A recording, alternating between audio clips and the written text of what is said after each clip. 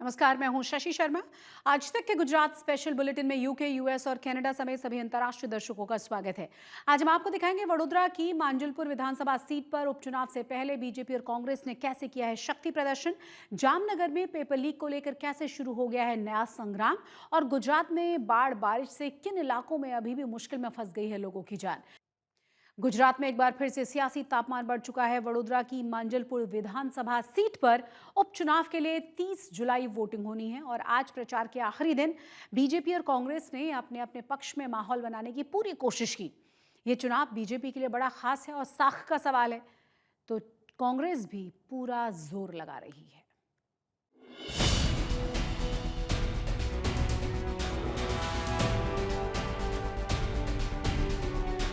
वडोदरा की मांजलपुर विधानसभा सीट पर होने वाले उपचुनाव के लिए बीजेपी और कांग्रेस दोनों ही पार्टियों ने अपनी पूरी ताकत झोंक दी है। चुनाव प्रचार के आखिरी दिन बीजेपी ने शक्ति प्रदर्शन किया, तो कांग्रेस ने भी परिवर्तन संकल्प रैली के जरिए अपने पक्ष में माहौल बनाने के लिए पूरा जोर लगा दिया। मांजलपुर सीट बीजेपी के पूर्व विधायक योगेश पटेल के निधन के बाद खाली हुई थी। बीजेपी ने इस चुनाव में सतीश पटेल को अपना उम्मीदवार बनाया है और चुनाव प्रचार के आखिरी दिन बीजेपी ने वडोदरा में अपने नेताओं की पूरी फौज उतार दी। स्थानीय सांसद, विधायकों से लेकर पार्टी के दूसरे वरिष्ठ नेताओं की मौजूदगी में भव्य पद यात्राएं निकाली गई। बीजेपी नेताओं ने अलग अलग वार्ड में जाकर घर घर जनसंपर्क किया और बीजेपी उम्मीदवार सतीश पटेल के लिए वोट मांगे। मांजलपुर पारंपरिक रूप से बीजेपी का गढ़ माना जाता है। ऐसे में बीजेपी के लिए ये उपचुनाव साख की लड़ाई बन गया है। यही वजह है कि मुख्यमंत्री भूपेंद्र पटेल, उप मुख्यमंत्री हर्ष संघवी समेत गुजरात बीजेपी के तमाम दिग्गज नेता यहां प्रचार के लिए आ चुके हैं। ये दफ़ा भी हमारे चार वार्ड में कार्यकरों ने जंगी रैली के स्वरूप में प्रचार किया है। आज चालू बारिश के अंदर भी हमारे कार्यकर अड़ीखम रहे और रैली में जुटे हुए रहे। पिछले 15 दिन से हमारे विधायक, कॉरपोरेटर, संगठन के पदाधिकारी सभी लोग घर घर जाके पत्रिका बांटी और 2 दिन में जो हमारी मतदार या स्लिप थी वो भी बांटी है। मुझे विश्वास है हमारी प्रजा पे, मतदारों पे। हर दफ़ा लीड बढ़ा के इलेक्शन जिताते हैं। ये दफ़ा भी मुझे विश्वास है पिछले लीड से भी ये दफ़ा लीड से ज़्यादा जिताएंगे। मुझे मेरे मतदारों पे पूरा विश्वास है। वहीं कांग्रेस भी इस मुकाबले को जीतने के लिए एड़ी चोटी का जोर लगा रही है। कांग्रेस ने इस सीट से पूर्व मंत्री भीखाभाई रबारी को उम्मीदवार बनाया है। चुनाव प्रचार के आखिरी दिन कांग्रेस ने भी विशाल संकल्प रैली निकाली। इस रैली में गुजरात कांग्रेस के अध्यक्ष अमित चावड़ा, पूर्व मंत्री भरत सिंह सोलंकी समेत कई बड़े नेता शामिल हुए। कांग्रेस उम्मीदवार भीखाभाई रबारी बीजेपी उम्मीदवार को बाहरी बताकर बढ़त बनाने की कोशिश कर रहे हैं और साथ ही जीत को लेकर आश्वस्त भी नजर आ रहे हैं। जब से मेरा नॉमिनेशन डिक्लेयर हुआ है, तब से ये विस्तार के अंदर मांजलपुर के सभी वार्डों में घूम रहा हूँ, हेयरिंग कर रहा हूँ। जहाँ मैं जाता हूँ वहाँ दिखता है हर जगह पे गंदगी है, लोग परेशान हैं, कोई बाबत में प्रजा सुखी नहीं है। उनका जो प्रतिसाद मुझे मिल रहा है, जब जब मैं सत्ता स्थान पर था, जो काम मैंने किए वो जमाने में, वो भी लोग याद करते हैं। जो प्रतिसाद मिलता है, इसीलिए मुझे लगता है कि मेरी जीत निश्चित है। मांजलपुर उपचुनाव के लिए 30 जुलाई को वोटिंग है। हालांकि मतदान के दिन बारिश एक बड़ी चुनौती हो सकती है।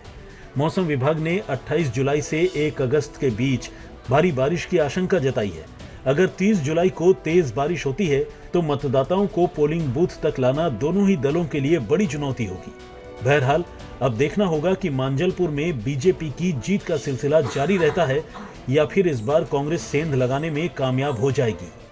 वडोदरा से तुषार पटेल के साथ आज तक ब्यूरो।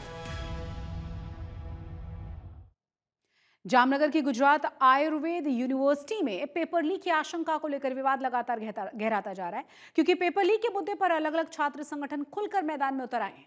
पारदर्शी जांच के साथ दोषियों के खिलाफ कड़ी कार्रवाई की मांग की जा रही है।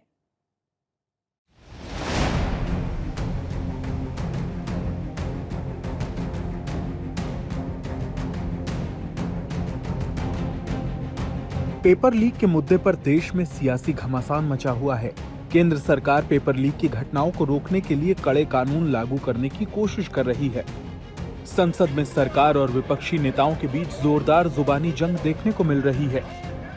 इस बीच जामनगर की गुजरात आयुर्वेद यूनिवर्सिटी में पेपर लीक को लेकर नया संग्राम छिड़ गया है। यहाँ बीएएमएस का पेपर लीक होने की आशंका को लेकर छात्र संगठनों ने मोर्चा खोल दिया है। एनएसयूआई और एबीवीपी इस मामले की निष्पक्ष और पारदर्शी जांच की मांग कर रही है। आज एबीवीपी के कार्यकर्ता पेपर लीक के खिलाफ नारेबाजी करते हुए कुलपति के दफ्तर पहुंचे और ज्ञापन सौंपकर पूरे मामले की पारदर्शी तरीके से जांच कराने की मांग की। જેને લઈ આજરોજ અખિલ ભારતીય વિદ્યાર્થી પરિષદ જામનગર દ્વારા મોટી સંખ્યામાં એકત્રિત થઈ ગુજરાત આયુર્વેદ યુનિવર્સિટીમાં વીસી સાહેબને કેટલાય પ્રશ્ન પૂછવામાં આવ્યા છે, પરંતુ કોઈ જવાબ વીસી સાહેબ પાસે છે નહીં અને વિદ્યાર્થી પરિષદે માંગ કરી છે કે જેટલી આ પર સમિતિ બની છે એમાં જે પણ કોઈ જવાબદાર હોય એની સામે કાયદેસરની કાર્યવાહી થાય અને લોકોને દોષિત હોય એના પર કાયદેસરના પગલાં લેવામાં આવે। एबीवीपी के बाद एनएसयूआई के कार्यकर्ता ने भी कुलपति के दफ्तर में पहुंचकर कुलपति के सामने निष्पक्ष जांच के साथ जिम्मेदार लोगों के खिलाफ आपराधिक केस दर्ज करवाने की मांग भी की। इस दौरान एनएसयूआई ने यूनिवर्सिटी प्रशासन पर गंभीर सवाल भी उठाए। आरोप है कि यूनिवर्सिटी प्रशासन को इस घटना की जानकारी एक सप्ताह पहले से थी। इसके बावजूद कोई एक्शन नहीं लिया गया। तेणे 20 तारीखे लेखित में यूनिवर्सिटी ने 21 तारीखे जाण करेल छे कि आ पेपरना 12 मांथी 11 बेठे बेठा प्रश्न वॉट्सएप में वायरल थई रह्या छे, तो आना उपर आपणे यूनिवर्सिटी द्वारा कोई पगलां लेवा जोईए। 21 तारीखनी वात हती। गईकाल सुधी रातना 9 वाग्या सुधी वाइस चान्सलरे आ प्रक्रियामां पोतानो जवाब रजू करवानी तपास करवानी पण तसदी ना लीधी, जेना हिसाबे एवुं थयुं के समग्र गुजरातमां जामनगरनुं नाम खरडायुं, आ गुजरात आयुर्वेदिक यूनिवर्सिटीनी छबी खरडाई छे। एनएसयूआई ने फिलहाल 4 दिन का अल्टीमेटम देते हुए चेतावनी दी है कि अगर निर्धारित समय सीमा के अंदर ठोस कार्रवाई नहीं हुई तो वो और बड़ा और उग्र आंदोलन करेंगे। फिलहाल सभी की निगाहें यूनिवर्सिटी प्रशासन और जांच समिति के अगले एक्शन पर टिकी हुई हैं। जामनगर से दर्शन ठक्कर के साथ आज तक ब्यूरो। सूरत में रहने वाले सामाजिक कार्यकर्ता अमित तिवारी ने कॉकरोच जनता पार्टी को मिलने वाले फंड को लेकर भारत निर्वाचन आयोग में शिकायत दर्ज करवाई है। उन्होंने चुनाव आयोग की आधिकारिक ईमेल आईडी पर ईमेल के जरिए इस पूरे मामले की निष्पक्ष जांच की मांग की है। शिकायत में कॉकरोच जनता पार्टी के संस्थापक अभिजीत दीपके को अमेरिका में पढ़ाई पर होने वाले खर्च, उनके पिता की आय से अधिक संपत्ति को लेकर भी जांच की मांग की गई है। ये सीजीपी अनरजिस्टर्ड है, ये इसका कोई भी संवैधानिक तरीके से इसने प्रोटेस्ट जो था ये सीजेपी कॉकरोच जनता पार्टी इन्होंने रजिस्टर्ड नहीं कराई है एसीआई में। और अभी मुझे आज मैंने न्यूज़ कटिंग पढ़ी, उसमें न्यूज़ कटिंग में ऐसा था कि इन्होंने 1 करोड़ के कुछ फंड की व्यवस्था की है।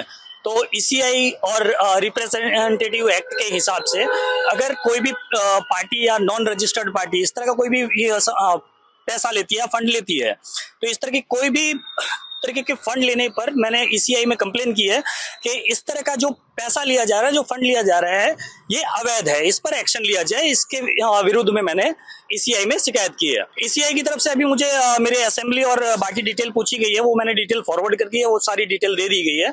और मुझे मतलब ये है कि शायद ये जल्दी ही रजिस्टर्ड हो जाए और इस पर जो भी कानूनी कार्रवाई होगी, 1 करोड़ का फंड कहाँ से आया, किस तरह से यूज करने वाले हैं, क्या है, उस पर आगे ईसीआई एक्शन लेगा। छोटा उदयपुर जिले में आपको बता दें कि आबा डूंगर गांव में शिक्षा राज्य मंत्री रिवाबा जडेजा एक प्राइमरी स्कूल का उद्घाटन करने के लिए पहुंची थी, लेकिन इस दौरान उन्हें काफी परेशानियों का सामना करना पड़ा। स्कूल तक जाने के लिए रास्ता कच्चा था, इस रास्ते से मंत्री की कार जा ही नहीं पाई। उसके बाद रिवाबा जडेजा अपनी गाड़ी छोड़कर तहसीलदार की गाड़ी में बैठी और 5 किलोमीटर तक कच्चे रास्ते से होते हुए वो स्कूल तक पहुंची। गुजरात के कई इलाकों में मानसून जमकर बरस रहा है, जिसमें है नवसारी, डांग, वलसाड, सुरेंद्रनगर समेत कई और जिले जो बाढ़ में डूबे हुए हैं। पिछले कई दिनों से लोग मुश्किलों में फंसे हुए हैं। वहीं जिला प्रशासन और एनडीआरएफ की टीमें भी लगातार रेस्क्यू ऑपरेशन में जुटी हैं। सबसे बड़ी चिंता की बात यह है कि भारी बारिश की चेतावनी आगे भी जारी रहेगी।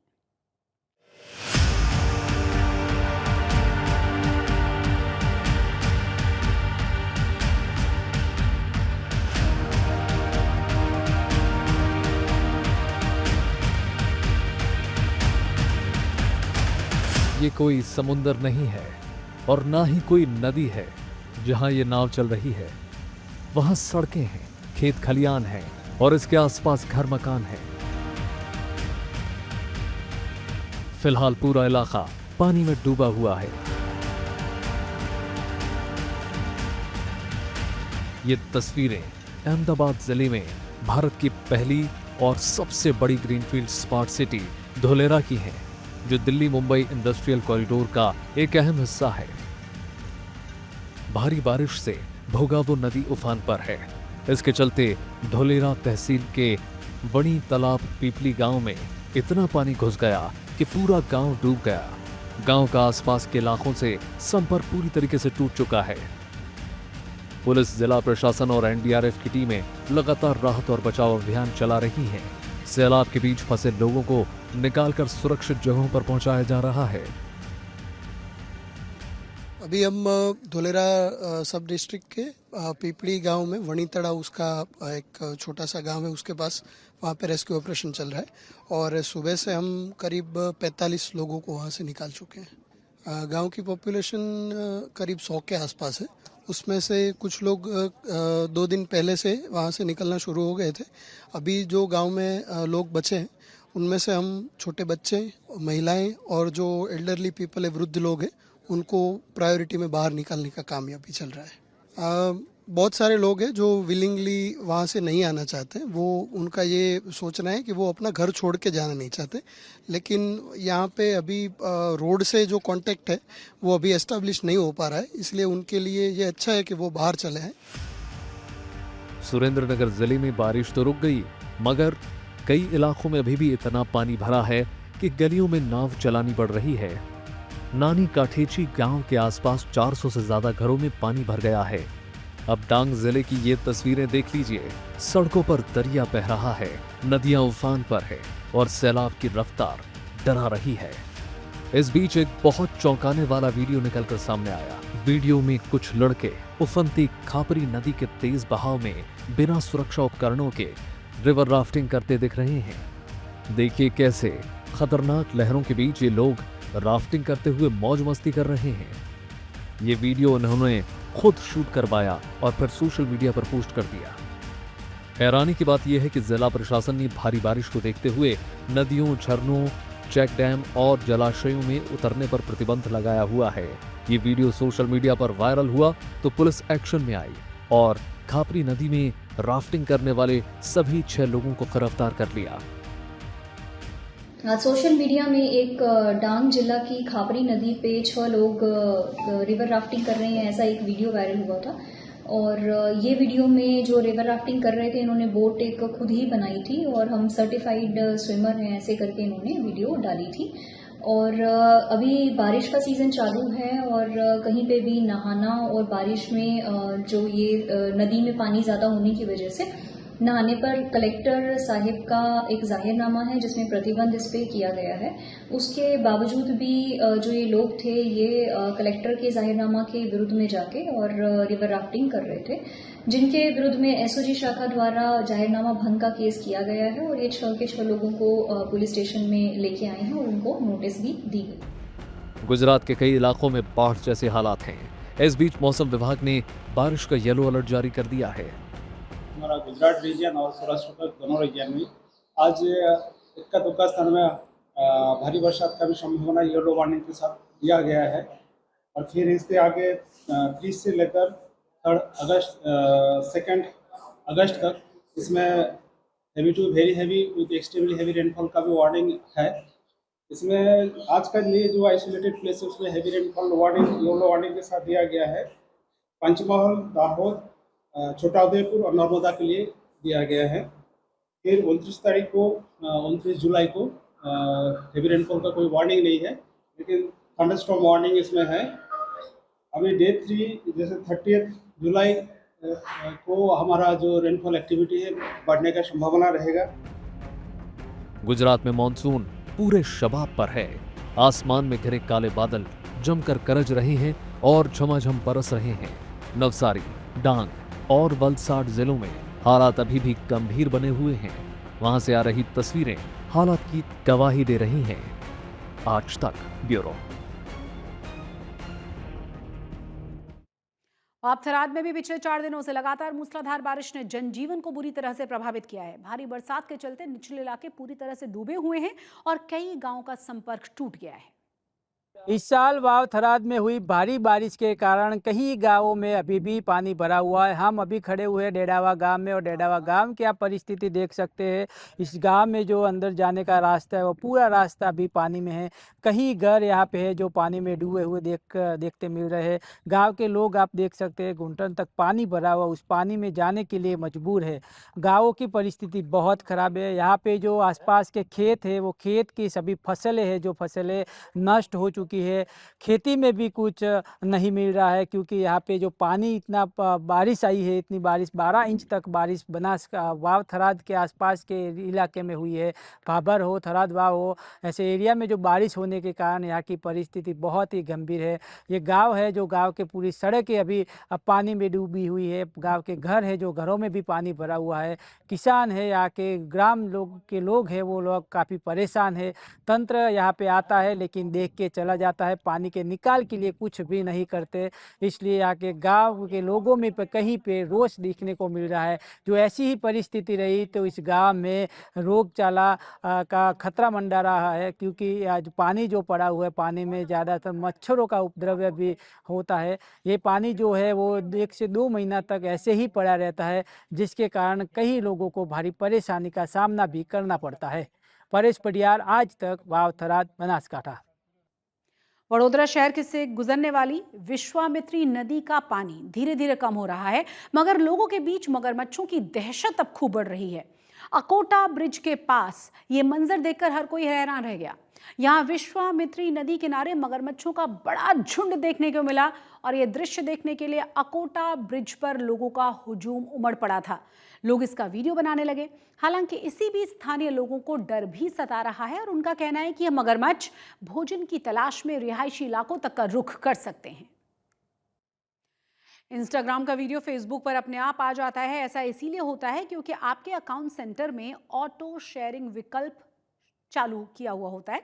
प्रधानमंत्री नरेंद्र मोदी ने 23 तारीख को छात्रों को संबोधित करने के लिए आधी रात को इंस्टाग्राम पर एक वीडियो शेयर किया था, लेकिन तब हर कोई हैरान रह गया जब फेसबुक पर यह वीडियो नजर ही नहीं आया। हालांकि 28 तारीख को मेटा ने तकनीकी गलती का हवाला दिया और वीडियो को रीस्टोर कर दिया, लेकिन फेसबुक, इंस्टाग्राम और व्हाट्सएप की पेरेंट कंपनी मेटा अब सवालों के घेरे में आ गई है। मैं जानता हूं कि पेपर लीक ये कोई मामूली विषय नहीं है।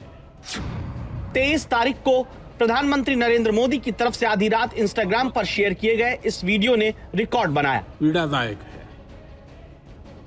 नरेंद्र मोदी के इस वीडियो को 30 करोड़ से ज्यादा बार देखा गया और रातों रात करीब 10 लाख नए लोग पीएम मोदी के इंस्टा अकाउंट से जुड़ गए। लेकिन देश तब हैरान हुआ जब फेसबुक और इंस्टा की पेरेंट कंपनी ने प्रधानमंत्री नरेंद्र मोदी के इस वीडियो को ब्लॉक कर दिया। जब फेसबुक पर यह वीडियो दिखाई नहीं दिया तो इस पर सवाल उठे और मामले ने तूल पकड़ लिया। अब सरकार ने मेटा के अफसरों को तलब कर लिया है। Sir, are they summoned Meta or we've asked for a meeting, yes. संतोष मानने वाले लोगों में से नहीं। अब सवाल उठता है कि जिस इंस्टा वीडियो में प्रधानमंत्री मोदी ने पेपर लीक पर चिंता जताई, फास्ट ट्रैक कोर्ट बनाने का निर्देश दिया, उसमें ऐसा क्या है जिसकी वजह से उसे मेटा ने कुछ देर के लिए हटा दिया? इसका जवाब मेटा ने यूं दिया है, कहा है कि तकनीकी गड़बड़ी की वजह से वीडियो गलती से हट गया, लेकिन सरकार इस सफाई से संतुष्ट नजर नहीं आती है। I think the explanation that it was a technical ground and that there was a technical glitch in the kind of discovery program that they had, the algorithm that they had to find this kind of content, does not appear to be an acceptable explanation in its entirety. We have sought more details. Meta पहले AI की मदद से संदिग्ध video की पहचान करता है, उसके बाद जरूरत पड़ने पर मॉडरेटर उसकी जांच करते हैं। अगर वीडियो कंपनी के कम्युनिटी नियमों का उल्लंघन करता है तो उसे हटा दिया जाता है। वहीं अगर वीडियो गलती से हट जाता है तो समीक्षा के बाद उसे दोबारा रिस्टोर कर दिया जाता है। What was done was wrong. The authorized content from the authorized handle of the Prime Minister being removed is an extremely disturbing occurrence. It should have never happened. हिंसा या हिंसा के लिए उकसाने वाला कंटेंट हो, नफरत फैलाने वाली कोई पोस्ट हो, आतंकवाद या उग्रवाद का समर्थन हो, अश्लीलता या बाल शोषण से जुड़ा कंटेंट हो, फर्जी या नुकसान पहुंचाने वाली जानकारी हो, तो उसे मेटा, फेसबुक, इंस्टाग्राम से हटा देते हैं। साल 2020 में फेसबुक और ट्विटर ने डोनाल्ड ट्रंप का कोविड-19 पर भ्रामक वीडियो हटाया। इसी तरह की कार्रवाई ब्राजील के बोल्सोनारो, वेनेजुएला के निकोलस मादुरो पर हुई, जिन्होंने ट्रंप की तरह कोरोना पर भ्रामक पोस्ट किया। मलेशिया के पीएम अनवर इब्राहिम ने हमास चीफ इस्माइल हानिया की हत्या पर शोक जताने वाला वीडियो पोस्ट किया, जिन्हें मेटा ने हटा दिया। हालांकि विरोध के बाद कंटेंट दोबारा बहाल कर दिया गया था। लेकिन प्रधानमंत्री नरेंद्र मोदी के इस इंस्टा वीडियो में ऐसा कुछ नहीं था जिसके आधार पर मेटा वीडियो हटाता और फिर 23-24 तारीख की रात से 28 तारीख तक ये वीडियो दिखाई नहीं दिया। सरकार ने इस मामले को गंभीरता से लिया है, जिसके बाद सरकार ने मेटा को दो टूक बताया है कि अहम शख्सियत के आधिकारिक अकाउंट से किए गए पोस्ट को तकनीकी गलती का नाम लेकर न हटाया जाए। Meta realized that they had to apologize for this mistake, and their unconditional apology for the mistake is a good step. तो मेटा की सफाई के बावजूद सरकार की तरफ से यह मामला खत्म होता नहीं दिखता, क्योंकि चाहे मेटा, गूगल हो या फिर एक्स, ये सभी सोशल मीडिया प्लेटफॉर्म सवालों में है। नितिन गडकरी ने E20 से जुड़े मामले में अपने व्यक्तित्व के अधिकारों के उल्लंघन के लिए 11 करोड़ रुपए के हर्जाने की मांग की है। बॉम्बे हाई कोर्ट में 86 पेज के अपने मुकदमे में अपमानजनक पोस्ट और AI से बने डीप फेक को हटाने की मांग नितिन गडकरी की तरफ से की गई है। गडकरी की आपत्ति मेटा, एक्स, गूगल, यूट्यूब पर AI से बने फर्जी वीडियो पर है, जिसमें गडकरी और उनके परिवार को केंद्र सरकार के E20 इथेनॉल ब्लेंडिंग प्रोग्राम और उससे जुड़े कथित भ्रष्टाचार से गलत तरीके से जोड़ा जा रहा है। तो एक तरफ मेटा की तरह एक्स, गूगल, यूट्यूब पर AI से बने फर्जी वीडियो अहम पदों पर बैठे लोगों की छवि को तार-तार करने वाले वीडियो और पोस्ट वायरल हो रहे हैं, लेकिन ये सभी अमेरिकी सोशल मीडिया कंपनी उन पर लगाम लगाने में नाकाम साबित होती हैं। वहीं मेटा प्रधानमंत्री मोदी के इंस्टा वीडियो को हटाए जाने की गलती को तकनीकी गलती के नाम पर बच निकलना चाहता है। आज तक गुजरात में आज के लिए बस इतना ही, लेकिन देश और दुनिया की तमाम बड़ी और अहम खबरों के लिए आप देखते रहिए आज तक।